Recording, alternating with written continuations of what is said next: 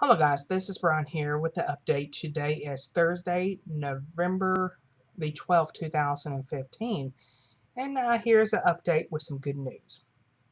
I just got back from the plastic surgeon's office today about my thighs due to all the rashes, and I want to have the excess skin removed. And the good news is he did agree to that, and he did come to the same conclusion as the primary care doctor and the dermatologist that it needs to be removed. I think the actual procedure is called a thigh lift, if I'm not mistaken. There is no liposuction involved. He said absolutely no, under no circumstances, the insurance company will pay for that. Um, so it's kind of like what they do with penniconectomy. They just slice it. That's all. No suction or anything like that. Um, he did the visual. I take my pants off and let him see everything. Now I had my underwear on. He said it just depends when he gets in there. Uh, Depending how much he has to remove, everything is not, nothing can be set in stone until the actual, do the final examination at the actual hospital. Depending, he said I can have between 1 to 2 drain tubes per thigh, just depending, because it also depends how much blood you can lose during the surgery and all that, all that stuff. He did let me know the uh, the infection rate on a thigh lift versus penniconectomy is higher. So they are going to give me some massive amounts of antibiotic to counter, try to not to have that occur. He said I can develop thrush, which I told him I had that problem before after my gastric bypass. Like never a month afterwards, I developed a severe case of thrush in my mouth, and I had to go to an infectious disease doctor and have a pick line in my arm and have IV fluids for that.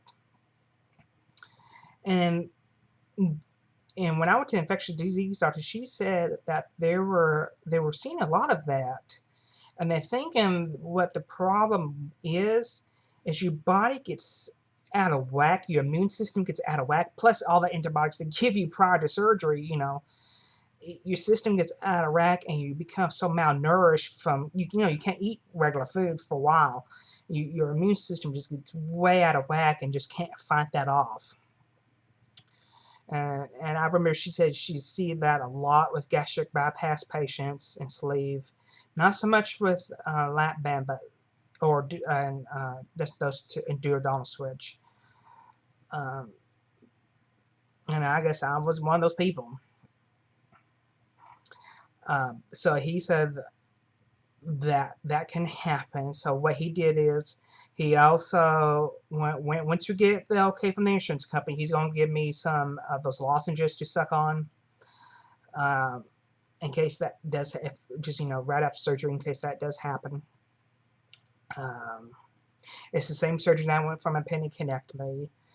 Um, they took a bunch of pictures. I mean, lots of pictures. I believe it took almost 20, 30 different pictures. Front, sides, back, close up of the rashes, all kinds of pictures. He said we're going to flood them with pictures. Uh, the good thing is they called my insurance company. They called Blue Cross, so I was in there. And the good thing is they say it's not excluded. Reconstructive surgery is not excluded, nor skin removal is excluded. However, it does have to go through medical review. Here's the problem.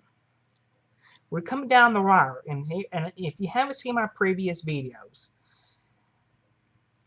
I received some news from Blue Cross Blue Shield that they are canceling all individual PPO policy, which I have through healthcare.gov, and transferring them into HMO. Here's the problem. He operates at Presbyterian Hospital and Baylor of Dallas. They're not going to be in network in 2016. And his receptionist said he does also surgery at his day surgery, but he's kind of leaning towards this might be overnight stay dependent. So I'm gonna have to call them and see how that works. I gotta see what the actual name of his day surgery is to see if it's gonna be in network next year. So it has to be done this year. Has to be, has to be, has to be. The other place he does surgery is called Forest Park Medical Center, the one in Frisco. The one in Frisco is out of network, still out of network with Blue Cross Blue Shield. I had my gastric bypass at the Forest Park Medical Center in Dallas, which I don't know why he doesn't work at that one in Dallas because it's literally down the street from him, like 2 or 3 miles from his office down Central Expressway. So I told the lady, hey, this got to be done before the end of the year. So she said, we're going to put a rush on it. It's either going to go out tomorrow or Monday, depending how fast they do the dictation from that day's visits, for the medical record. They're going to include the medical record and medical necessity letter from my primary care doctor and my dermatologist. And he's also going to do a letter. He's going to include all the medical records, pictures, and everything. He also going to do a letter saying I had penectomy done, and all that junk. So hopefully, if you pray with me, hopefully I can get this done this year. If not, I do have a backup plan.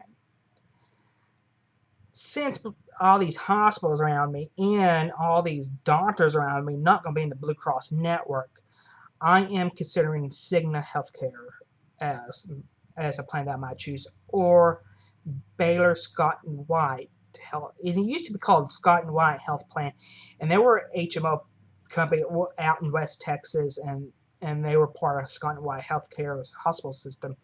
They bought a Baylor Healthcare system, or they merged together. Now it's called Baylor Scott and White. And now this year they're offering PPOs, which I'm kind of looking at their plan as well. However, the downside to their plan is it's 50% coinsurance on all the medications that I take. They consider all the Uloric and the Dexilent as brand name at 50% coinsurance after the $100 deductible. And I called them 2 different times, and of course these people really couldn't give me an answer. I asked them, well, what is the actual amount of the drug? I mean, is it 50% of $1,000, $500, $100? What? One lady said, well, we can't really tell you that because the drug pharmacy can charge different prices. I said, what about in-network? Well, I said, I know for a fact that you have to have a contracted rate. What is the contracted rate? And nobody could tell me that. So that's a and also Uloric and Dexilent require step therapy, which, I could deal with that. That's not a problem. I can always take something generic. Cigna, I think Cigna and Blue Cross, I do like their prescription benefits because some of generics are zero copay. However, on Cigna, it's 20 brand name prescriptions at 20% coinsurance after the $150 deductible. So it's kind of iffy on that too. But I did call Cigna and they gave me some prices of the drugs, so I can deal with that with the prescription coupon codes, coupon things. Really, the only one that really has decent prescription benefits is still with Blue Cross Blue Shield, because with Blue Cross, there is no deductible for any copay amounts, and it's only copays, and it's really decent still for next year even. So I get back to the plastic surgeon. I didn't tell them I have a backup plan because I haven't done my homework on that. I don't need looks. It looks like Cigna does pay for skin to be removed, but I have to actually look at the medical policy about that. I have to take the time to read the 15 pages. And they're in network Baylor, but not with Presbyterian, so that's a good sign right there. I don't know about him. I have to make sure that he will be in network with Cigna if this doesn't come to play. If it doesn't get approval. She said if she faxes this, and she's also going to mail it certified mail. She said with Blue Cross, it usually takes them about 10 to 15 business days for them to say yes or no. She also let me know, since she does the insurance, she said, don't be surprised if you get a denial. Because sometimes with these things, they will automatically deny it, but if you file an appeal, they will automatically approve it. Um, it's one of these automatic things. But she said, with all this documentation, medical records, and pictures, hopefully it gets approved the first time around. Because they're going to flood them with pictures. So please pray with me. I'm not really religious, but please pray with me. We can get this. I can get this done this year. I'm gonna email her tonight because I have her email address. I forgot to ask her if I'm gonna have to have pre-op testing like I did last year. Last time. If I do, I'm gonna ask her. Let's go ahead and do the pre-op testing and just get that out of the way. Meantime, while we wait for Blue Cross Blue Shield. Like I said, he just depends if this is going to be a day or stay overnight in the hospital. He said with a thigh lift, a lot of people don't notice a difference at first because it's swelling versus the penniconectomy. Penniconectomy, I think they took off between 13 and 15 pounds. I noticed a difference. The skin wasn't there no more. With the thigh lift, it's a little bit different because it's the area. So some good news, I'm having my hopes up. I hope it does get approved. I'm hoping it goes all fine. I don't know if my employer is going to like me taking off a month again. And if Blue Cross does approve it, it's going to be paid at 100% since I'm out of pocket back in January. So that's good news there too. What else? Only thing that I'm really ticked off is Presbyterian hospital system not accepting any exchange health plans for 2016, which I think that's really odd and strange. They will be losing their money big time. They have to be losing that kind of, what is it? Aetna, Cigna, and Blue Cross. They're not going to be taken. Unless you just had the regular health insurance plans through your employer. But still, that's a lot of people.